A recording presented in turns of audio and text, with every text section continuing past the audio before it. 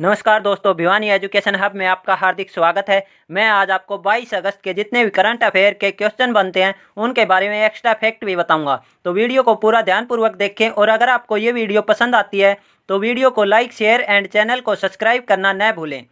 अगर आप इस वीडियो की PDF चाहते हैं तो लिंक डिस्क्रिप्शन में दिया हुआ है, वहाँ से डाउनलोड कर लें। अब चलते हैं करंट अफेयर के क्वेश्चनों की तरफ।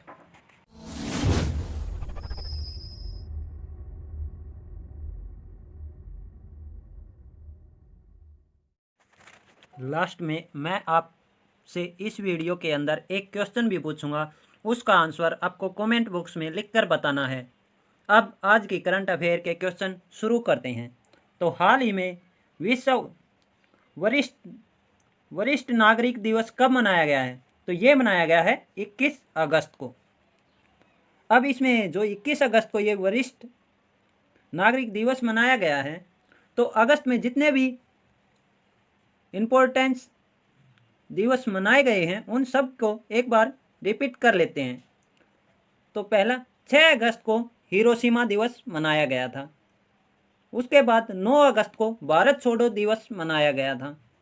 उसके बाद 10 अगस्त को अंतर्राष्ट्रीय युवा दिवस मनाया गया था। उसके बाद 15 अगस्त को भारतीय स्वतंत्रता दिवस मनाया गया था। और उसके बाद 20 अगस्त को भारतीय अक्षय ऊर्जा दिवस मनाया गया था। और 21 अगस्त को विश्व वरिष्ठ नागरिक दिवस मनाया गया है। अब चलते हैं अगले क्वेश्चन की ओर।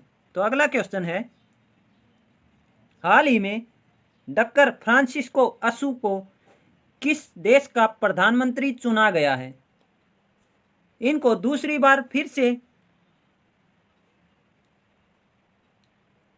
प्रधानमंत्री बना दिया गया है। तो ये किस देश के बनाए हैं? ये बनाए हैं इक्वेटोरियल गिनी के।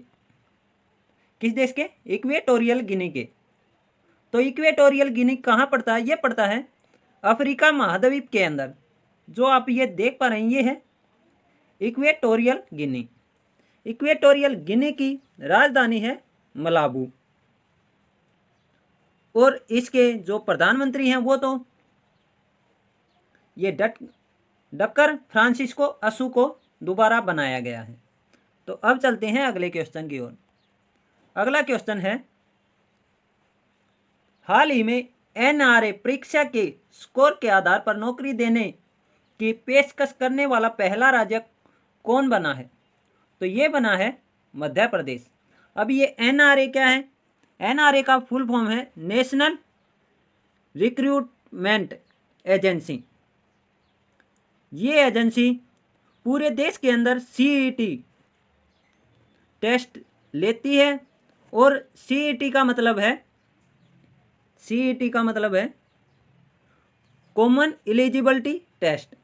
मतलब सभी परीक्षाओं के लिए एक ही टेस्ट होगा, कॉमन एलिजिबिलिटी टेस्ट।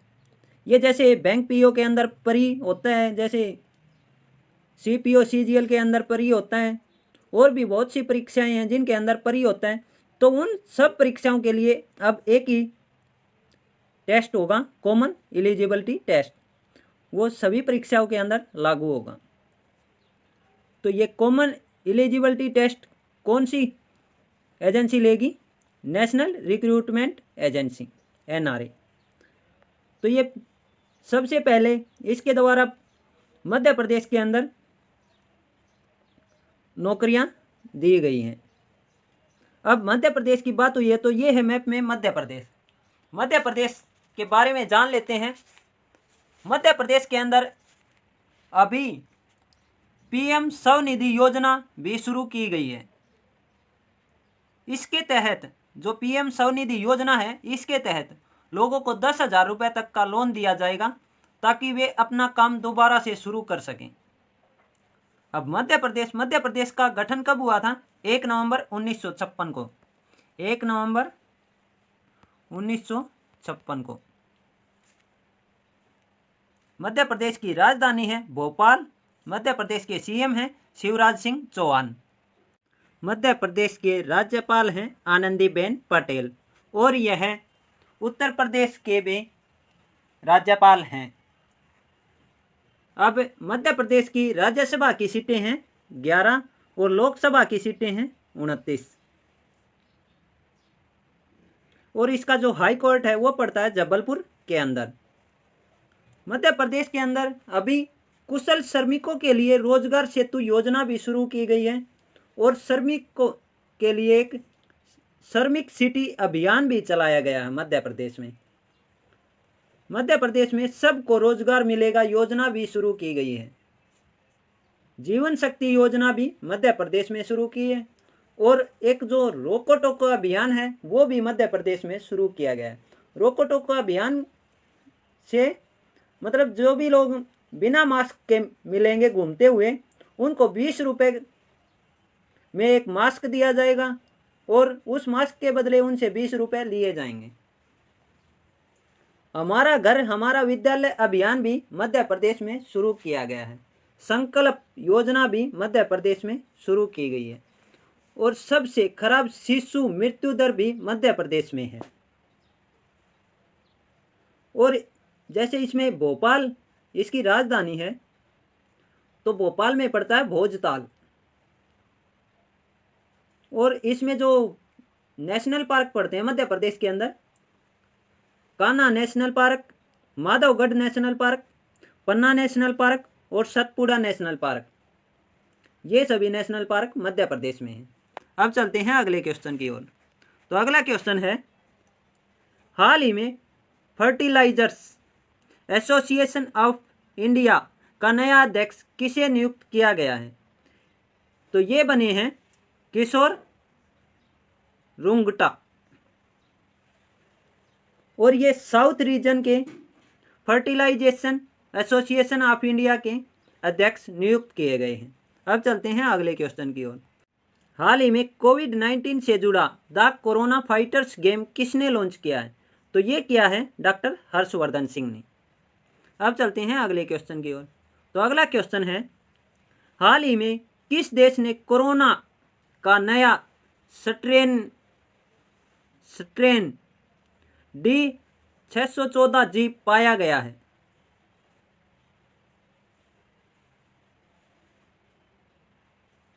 तो ये पाया गया है मलेशिया के अंदर।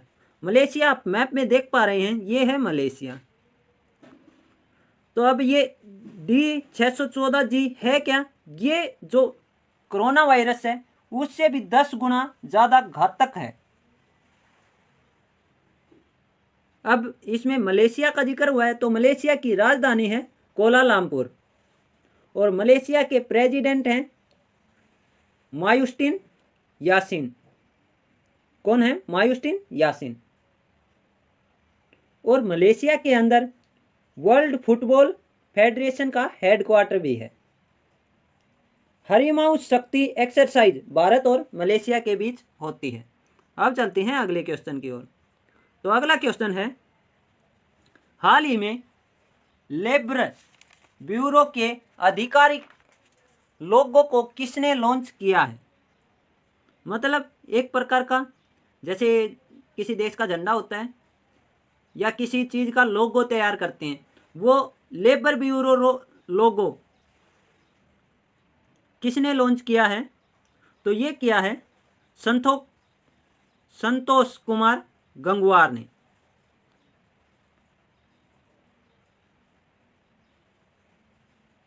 ये संतोष कुमार गंगवार हैं, ये हमारे श्रम लेबर मंत्री हैं। अब चलते हैं अगले क्वेश्चन की ओर।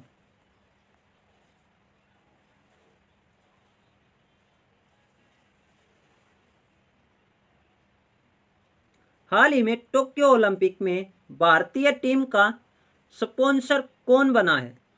तो ये बना है INOX ग्रुप, इनोक्स ग्रुप। तो अब इसमें ओलंपिक का जिक्र हुआ है तो ओलंपिक खेलों की शुरुआत कब हुई थी? 6 अप्रैल 1896 में। और ये पहली बार कहाँ खेले गए थे? ये खेले गए थे ग्रीस के अंदर। और ओलंपिक प्रत्येक 4 वर्ष में एक बार होते हैं और भारत में पहली बार ये 1920 में खेले गए थे। मतलब भारत ने 1920 में पहली बार इन खेलों के अंदर हिस्सा लिया था। अब चलते हैं अगले क्वेश्चन की ओर। तो अगला क्वेश्चन है, हाल ही में स्वच्छ सर्वेक्षण 2020 में भारत का सबसे स्वच्छ राज्य किसे घोषित किया गया है? तो ये किया गया है छत्तीसगढ़ को। छत्तीसगढ़ आप मैप में देख पा रहे हैं, ये है छत्तीसगढ़। छत्तीसगढ़ का गठन कब हुआ था? 1 नवंबर 2000 को। छत्तीसगढ़ की राजधानी है रायपुर। छत्तीसगढ़ के सीएम हैं भूपेश बघेल और राज्यपाल हैं अनुसुईया उइके।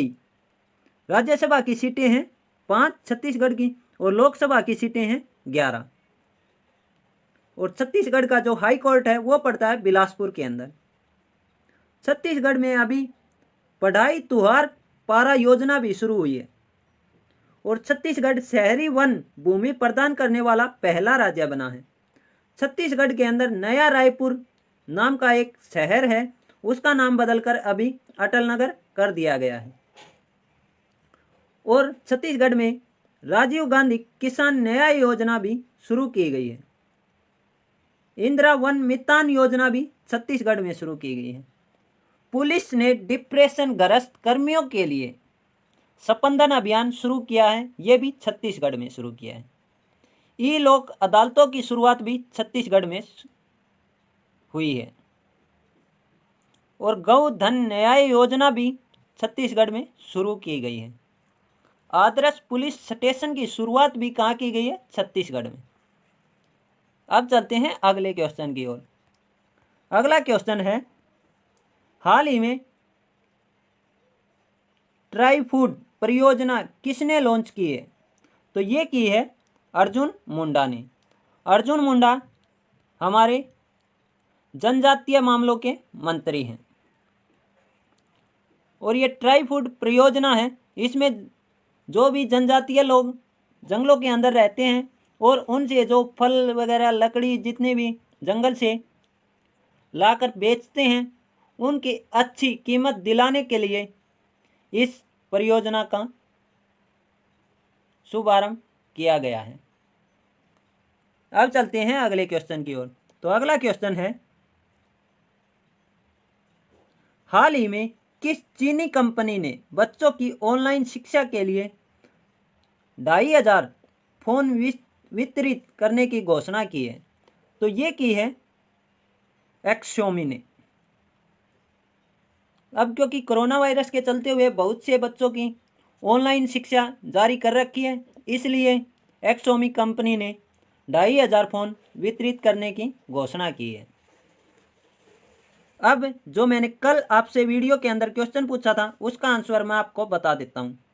हाल ही में जारी स्वच्छ सर्वेक्षण 2020 के परिणाम में कौन शीर्ष पर रहा है? तो ये चौथी बार फिर इंदौर शहर रहा है। अब आपके लिए जो आज का क्वेश्चन है, जिसका आंसर आपको कमेंट बॉक्स के अंदर लिखकर बताना है, तो ये क्वेश्चन आपके लिए है, हाल ही में विश्व वरिष्ठ नागरिक दिवस कब मनाया गया है? अगर आपने पूरी वीडियो को ध्यान से देखा है तो आप इसका आंसर ज़रूर बता पाएंगे। अगर आपको ये वीडियो पसंद आई हो तो वीडियो को लाइक, शेयर एंड चैनल को सब्सक्राइब करना न भूलें। धन्यवाद दोस्तों।